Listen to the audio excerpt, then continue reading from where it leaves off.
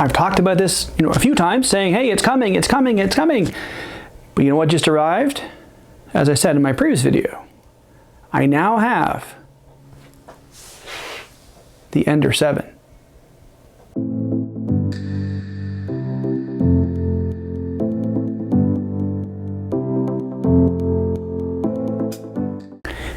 Greetings, Dave here, DCBFX. First of all, thanks to all the people who have subscribed recently, and I'm getting there. I've got that goal of 1,000. I want to get to 1,000. Hopefully I'm going to get there soon. 7:33 as of this taping.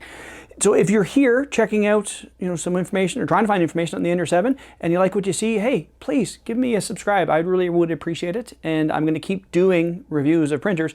So if you want to know about 3D printers, yeah, subscribe and you'll get notification of anything new that I bring in. So here we are, it's Dave, DCBFX. This is the joy of coming into the office and doing this because I don't have to worry about green screening and how this is getting knocked out. This is my gregarious game shirt from Ready Player One. I love the movie and I saw some shirts and I have quite a few of them, so I like it. Anyway, this is the Ender 7. Just showed up and I'm going to do an unboxing and a setup. So cue the fast forward.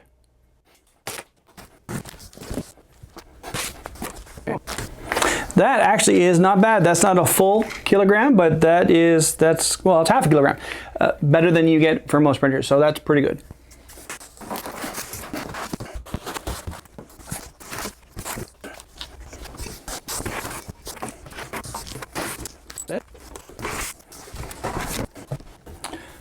And there we go, the main control box. Now, to assemble.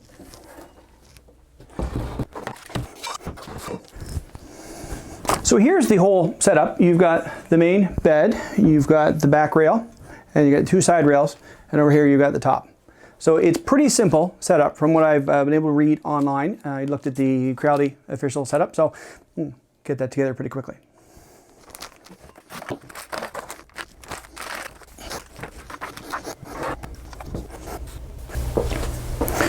Thought I'd drop it down a little so you can have a better look-see about how this goes together.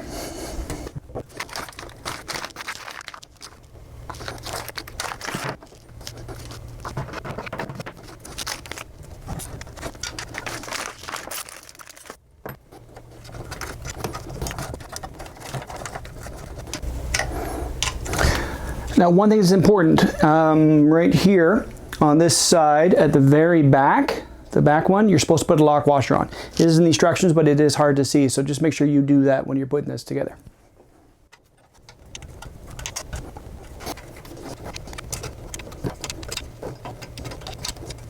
All right, so there's the back assembly on. This thing's solid. This is really nice. I think it's going to have a nice, good up and down to it. It looks like a really solid piece of equipment here.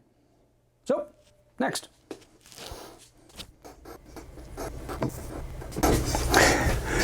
When you're installing the 2 side rails, this piece there goes up. Notice there's 5 there, and there's 4 there. That goes on top.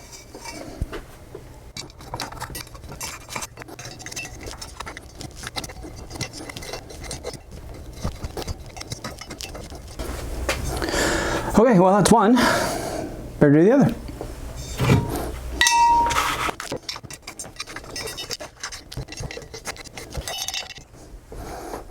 Gotta hate those darn interruptions with customers. Oh, I kid.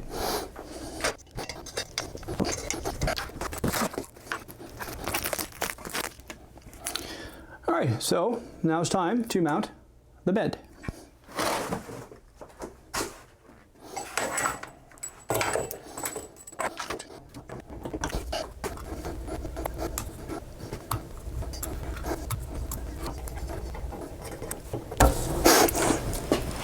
Okay, so now the bed's on. Now, if you're doing this yourself, be aware that there's guides on the other side of the rail here. They're at the very lowest and they're hard. You've got to basically hold them up to get them to the right level with the piece on here. So it's just something to be aware of. That's a little problem I ran into. Also too, if you're doing that, it might be easier to turn the whole machine around to get those screws in, because you have to do that anyway in the next step in order to put some screws in the back. So just FYI.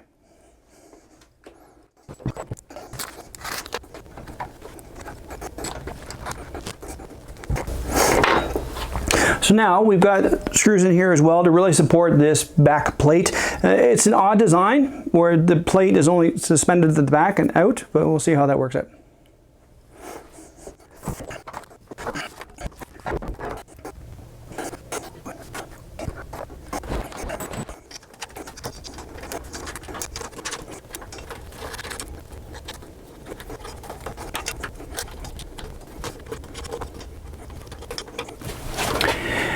As I'm doing this, I think one nice thing that would have been nice to be included with this would be a rounded head on this. You can get it in an angle. Some of these tolerances are pretty tight, and you have to get in with this and twist and twist and twist. Pain rounded head to be able to go at a slight angle.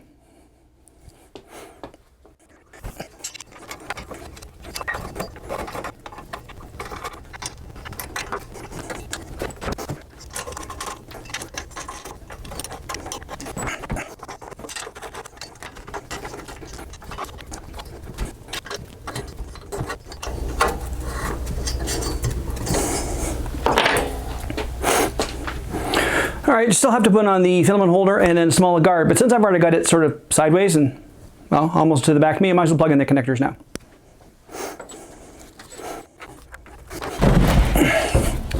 Basically, there is the main connector here, and then the Z connector, sorry, Canadian.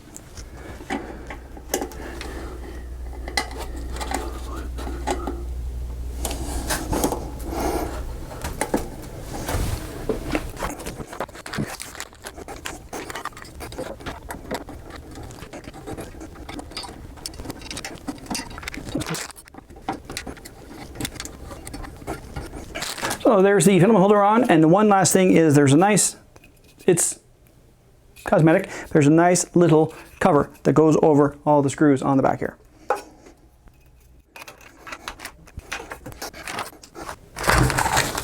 The last bit, again, cosmetic, is just to cover this up by, there's a couple clips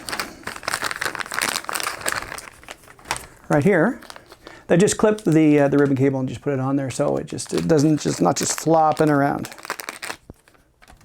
So they look like that.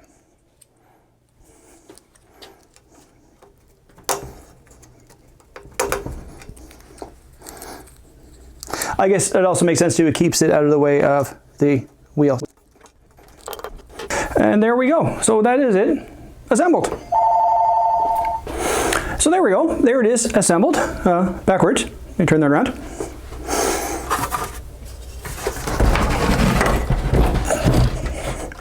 Before I get all the way around, I want to show you here quickly the extruder here.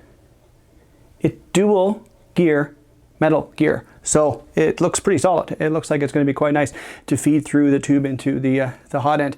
Now this one, if you don't know, talked about it quickly, this is a 250 millimeters per second. Most printers I'm using these days, so like my CR10S and my CR10V2, 50. So this... Sorry, I had to go answer a phone call. My message says, if I don't pick up, I'm busy, please send me an email and give you the email address. What do? They call back. Oh!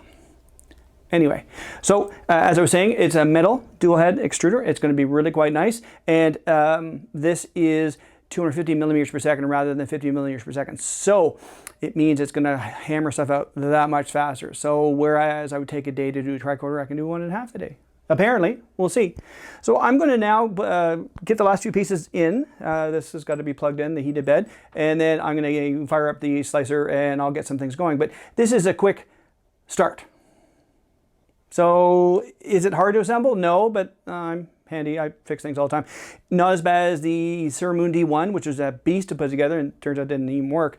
This one, intermediate. It's not a hard thing to put together, just follow the instructions. So that's the start. I've got a few things to do and I'm going to start printing some stuff. Okay, so a little while later, because I had to get everything going, one little tip. They don't mention it all in the book. Check your power. I got this all plugged in, I got it all set to go, and I could get it to turn on and it would do a few things, it would move a little bit, but it wouldn't auto home. It wouldn't go up in order to do the leveling. It was set to 230. So a little switch there, turn it to 115, And then, voila, enough power to make everything work. Fantastic. So at this point now, it's printing.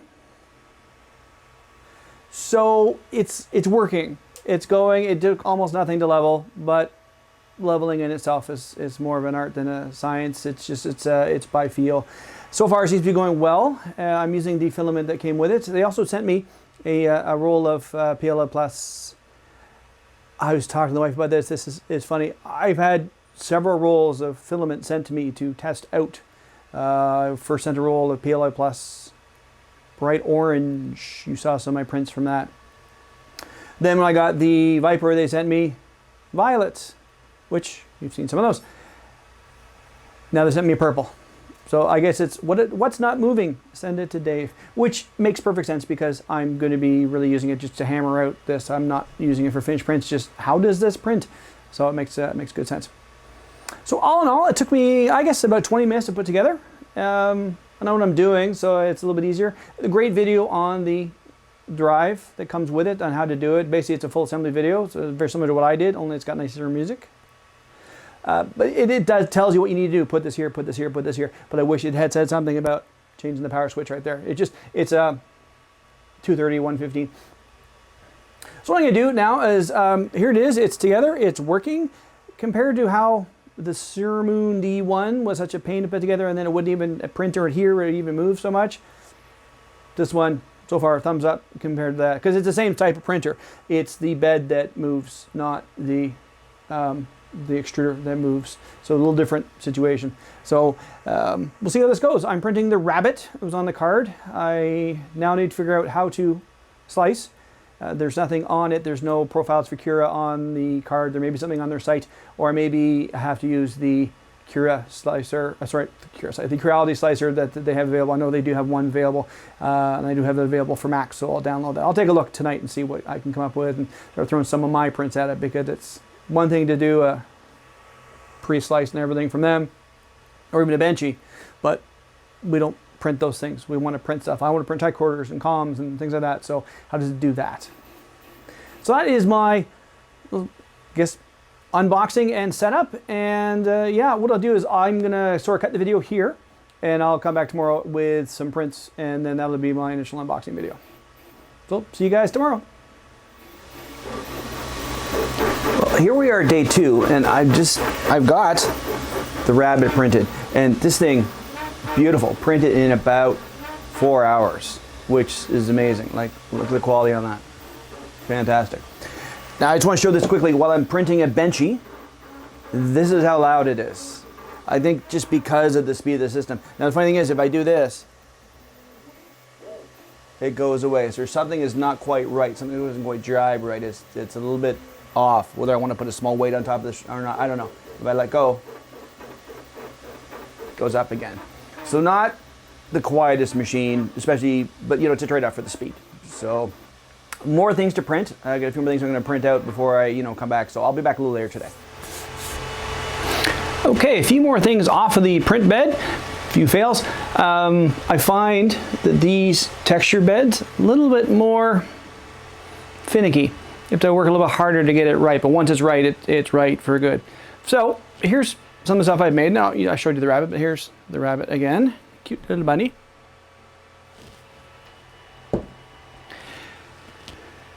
Gotta make a Benchy. This came out really well, other than a little bit of stringing, and I'll just work on my retraction, but even that's still not bad. That's a quick little wash and you're done. Beautiful. The finish on it is great. The hull is just phenomenal. Really, really great finish on that. And then because I'm me, comm badge. This turned out really well. This is a sub 1 hour comm badge. This is at a very high setting, and all I need to do is a little resin smoothing technique on the top here, which I'll do later. I've got everything all set aside, covering boxes, but I'll do that soon. And that turned out really well. And well, my friend Jerry's selling hypospray boards, so I'm making another hypospray just to test out the board, see how well it works. This was an hour and a half, and this sucker's solid. So the speed of this thing is phenomenal. Hopefully it's not too loud in the background. This is, I think this is a home run for Creality. This Ender 7 is a really nice printer. It's fast. And if you look inside, and I'll do more in my next review, but the pulley system is amazing for what they've got going here. It's always under constant pressure, and the quality is really, really good. Now, if you want to use this, and say you're like me, you're a Cura person, you've been doing this for a long time with Cura, there's no Cura profiles yet for the Ender 7. But, take a look here. That is Cura. That is Anycubic Slicer. Wonder where they got the inspiration from. So if you can use Cura, you can use this slicer. It's really easy. It's a simple download. I'm running the Mac version, the most current Mac version, and I downloaded it yesterday and started throwing stuff at it. A little bit different in how it does the settings, but still I was able to get most things set. So like my Z-Hop and my other things that I've set. I'm running this at the super fine, which is 0.12 layers, and it's just phenomenal. So this is a great printer if you're starting out and you have a little bit of a bent towards assembling things. It didn't take long, as you saw. It didn't take me that long to get it together, and I knew what I was doing, but it didn't take long to do. One caveat though, as I say, it's loud. It's the nature of the beast. Maybe it's just because of this. As soon as I hold it, it calms down quite a bit. So maybe there's a way to sort of damper that a little bit more, make it a little bit better. But I think in the long run, just given the speed of this thing, like things I was doing, like this Benchy was under 2 hours, and it's pretty darn solid. This Rabbit was 6, but this thing, there's a heft to it, and that was pre-sliced. It came from Creality already pre-sliced. But even these things, hour and a half, and like that's solid. And if I get closer, look at the finish on that.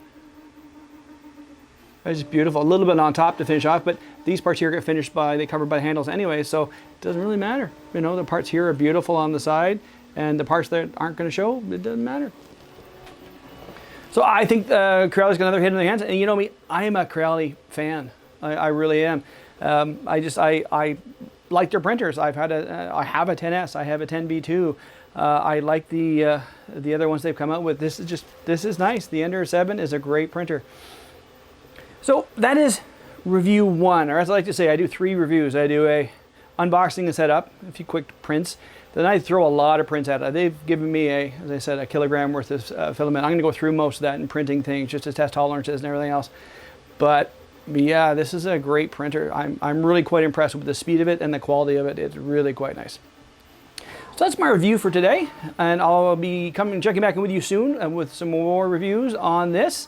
And yeah, hopefully you got something out of this. If you have any questions, please drop them in the comment section below. That's what I'm here for. I'm doing these reviews so that you can get a better understanding of what's out there before you drop the big bucks to get your own.